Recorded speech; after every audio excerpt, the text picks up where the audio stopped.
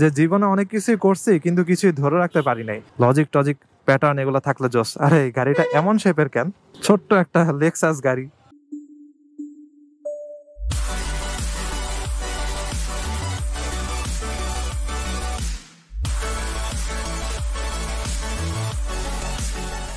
এই what is going on everyone, সবাই কেমন আছেন? যদিও বিকালবেলা কিন্তু অন্ধকার হয়ে গেছে, কারণ আকাশে প্রচুর মেঘ। আমি জানি না, যেতে যেতে হয়তো বৃষ্টি শুরু হয়ে যেতে পারে।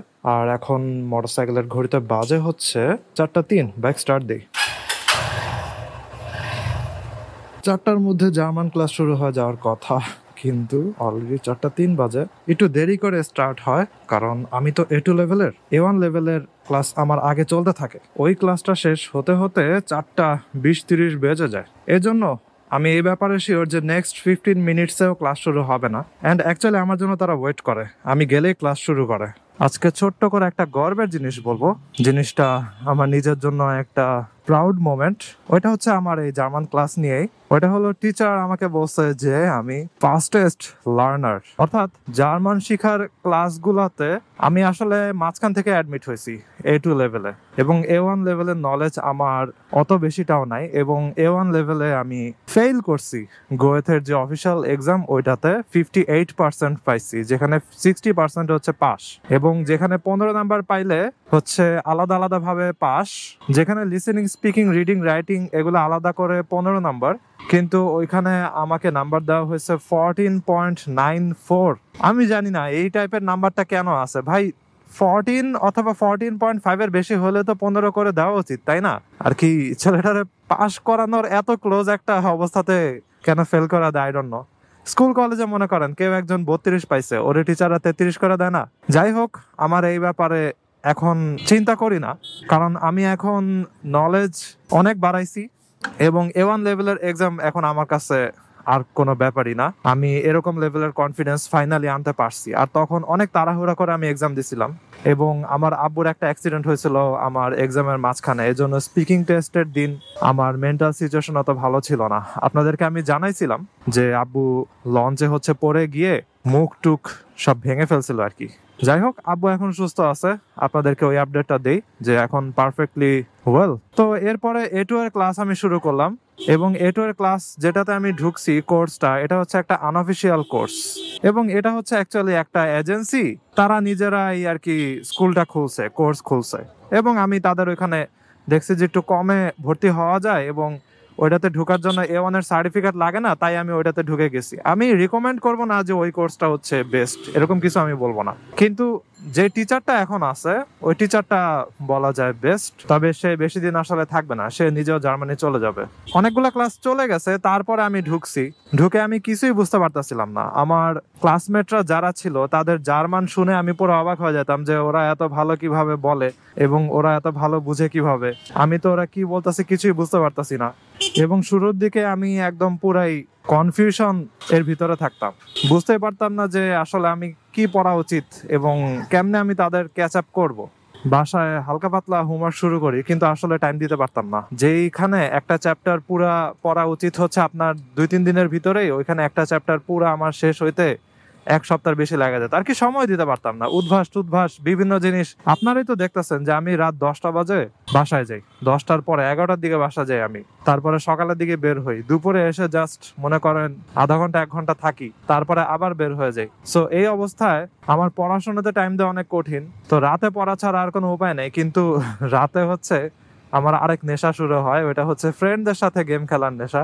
তো ফ্রেন্ডদের সাথে গেম খেলি মনে করেন 1টা-1:30 পর্যন্ত। এর পাশাপাশি আবার কি করা লাগে, video editing. So video edit করে এক্সপোর্ট আপলোড করতে করতে 2:30টার মতো বেজে যায়।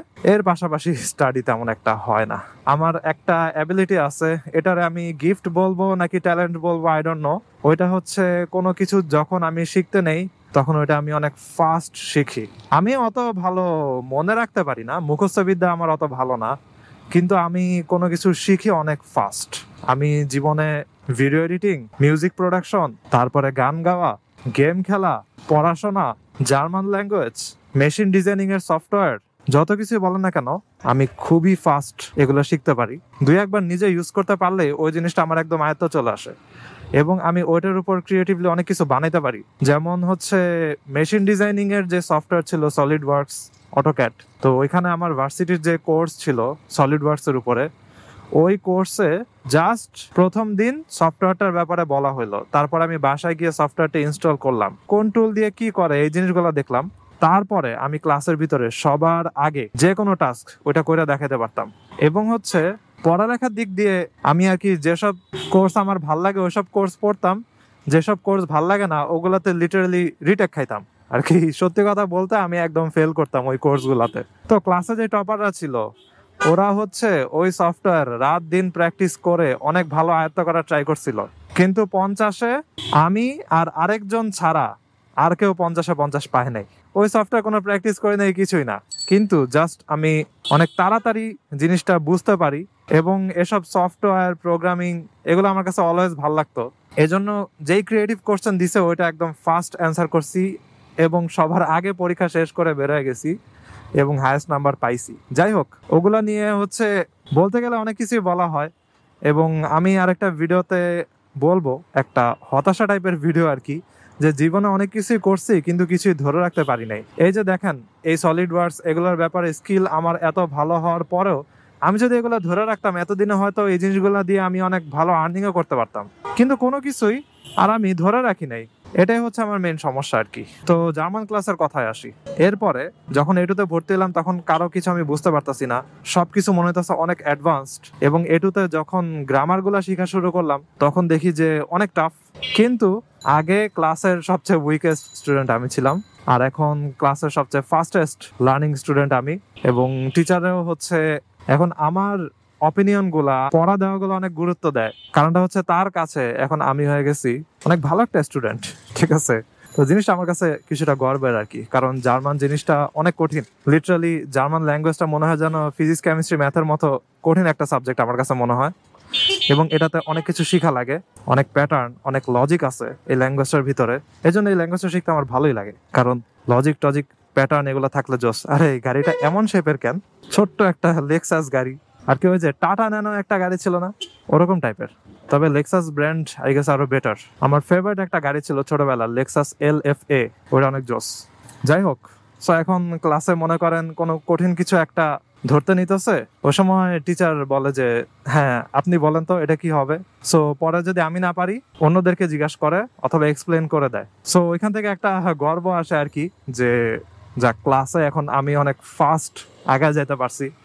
এবং আসলে আমার ইচ্ছা যে এটাতে সময় দেওয়ার, যদি আমি সময় দিতে পারতাম আমি আরো আগে যেতে পারতাম। সো এই জিনিসগুলো আমার কাছে আফসোস লাগে। এবং ছোটবেলা থেকে আমি অনেক ওই টাইপের ছিলাম, কি বলে একটু নার্ডি টাইপের আর কি, কারণ একদম ছোটবেলা থেকে স্কুল লাইফে ক্লাস 10 পর্যন্ত অলওয়েজ ফার্স্ট ছিলাম। ওইটার কারণে আমার কাছে ওই জিনিসটা চলে আসছিল যে আমারে পারতেই হবে, আমার অলওয়েজ সবার থেকে সামনে আগে থাকতে হবে, আমারে ফার্স্ট হইতেই হবে, অন্য কেউ পারুক বা না পারুক আমার জিনিসটা পারতেই হবে। যদিও ভার্সিটি লাইফে আমি অনেক খারাপ অবস্থায় চলে গেছি, ওইটার পিছনে আসলে আমি দোষ দিব টিউশন এবং উদ্ভাসের। আমি টিউশন উদ্ভাস করতে করতে এগুলাতে এত বেশি সময় দিছি যে আমি আর পড়ালেখাতে কোনো সময় দিইনি।